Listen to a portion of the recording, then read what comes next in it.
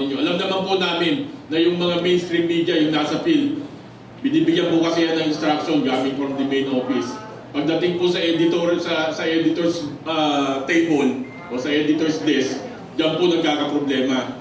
Kaya yung po mga kasamahan natin sa mainstream media na nasa field, unawain po natin sila dahil kanilang po trabaho yan. Napipilitan lang din po yung karamihan sa kanilang sumunod kung anong instruction. Ang media o ang court estate, kaya nga po sa ating institution, 4 po yan for a thriving country or a nation to practice a true democracy. Nandiyan po yung unang-una yung ating legislative, nandiyan po yung judiciary, at nandiyan po yung ating executive branch na nagpapatupad ng mga batas na ginawa ng legislative. Ano po yung pang-apat? The fourth estate, yung media. Napaka-importante po ng papel ng media. Kaya nga lang po, pagpihit ng panahon, naging enterprising. Noong mga unang panahon po, walang nilalapitan ang mga taong naaapi. Ginigipit kundi ang media. Kaya po doon sa mga kasamahan natin, sa media, yung pong inyong mandato, yung pong inyong pagpapaliwanag, pagpapahayag, yung katotohanan, yung pong wala kayong sinasabi nyo, walang kinikilingan, walang pinoprotektahan. Naririnig po natin yan palagi. Bawang katotohanan lamang. Nasaan po yun? Hindi po pwedeng katotohanan, conditional. Kidding aside, magandang umaga po muli. Nagpapasalamat po kami in behalf po ng United People's Initiative.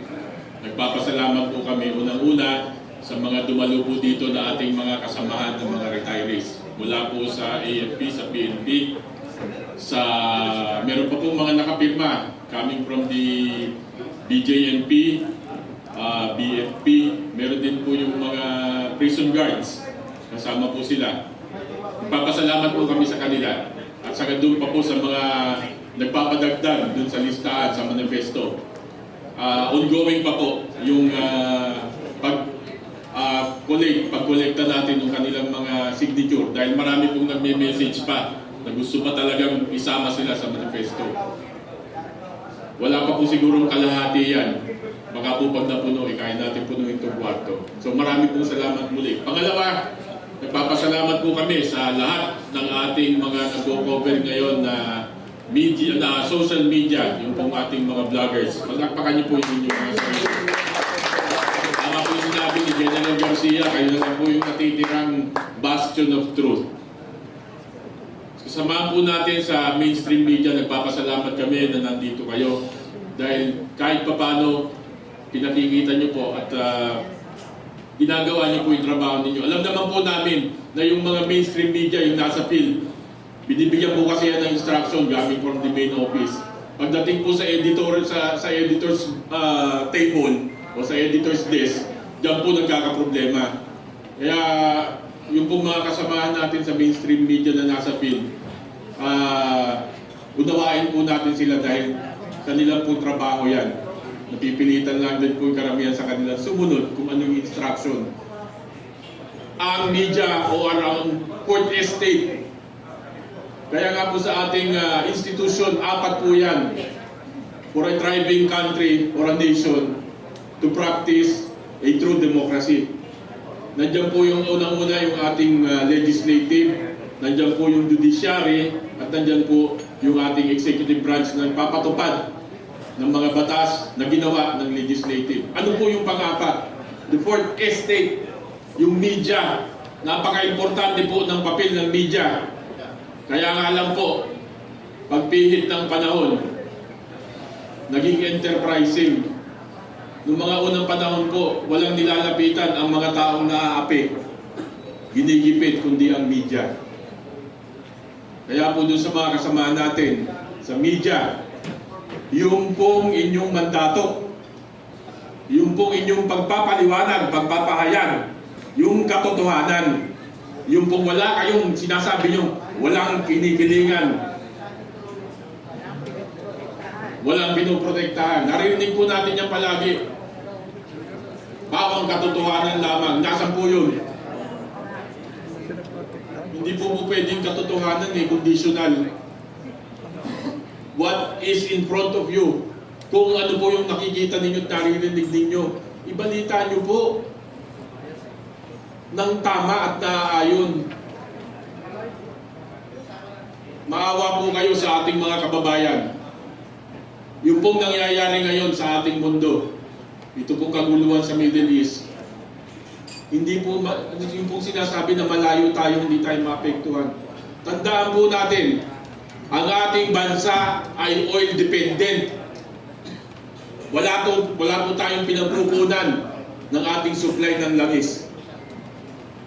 Ito lamang po mga ilang araw, tingnan niyo po kung gaano ang itinaas ng presyo ng krudo. Yung pong mga kababayan nating mga tsuper, yung pong mga kababayan nating nagmamaneho ng Grab, yung pong mga kababayan nating nagdi-deliver, yung mga riders, sila po yung unang-unang tinatamaan nito. Kaya po sa ating mga kababayan, buksan po natin yung mga mata natin. Buksan po natin yung ating isipan. Tignan nyo po yung palibot. Tignan nyo po yung mga kapitbahay nating bansa. Tignan nyo po kung nasan yung Pilipinas ngayon. At tignan nyo po yung mga anak ninyo. Yung mga anak natin. Pag alis nyo sa umaga, titigan nyo maigi yung mga anak ninyo. Anong kinabukasan ang naghihintay sa kanila? Habang kayo'y nagtatrabaho sa buong araw, isipin ninyo kung anong magiging kinabukasan ng mga anak ninyo. Kung ganito ang ating kondisyon ng pamumuhay sa bansa ngayon. At pag-uwi nyo po sa gabi, habang natutulog yung mga anak ninyo, titigan nyo po silang maigi. 10, 20 taon ngayon, ano po ang kinabukasan ng mga anak natin? Ang tinitindigan po namin, tinatayuan po namin dito, hindi po para sa amin.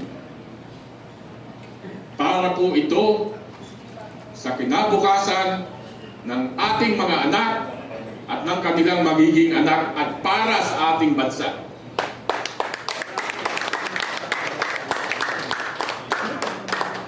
Iisa lang po ang ating bansa, iisa lang ang Pilipinas, at iisa lang ang buhay natin.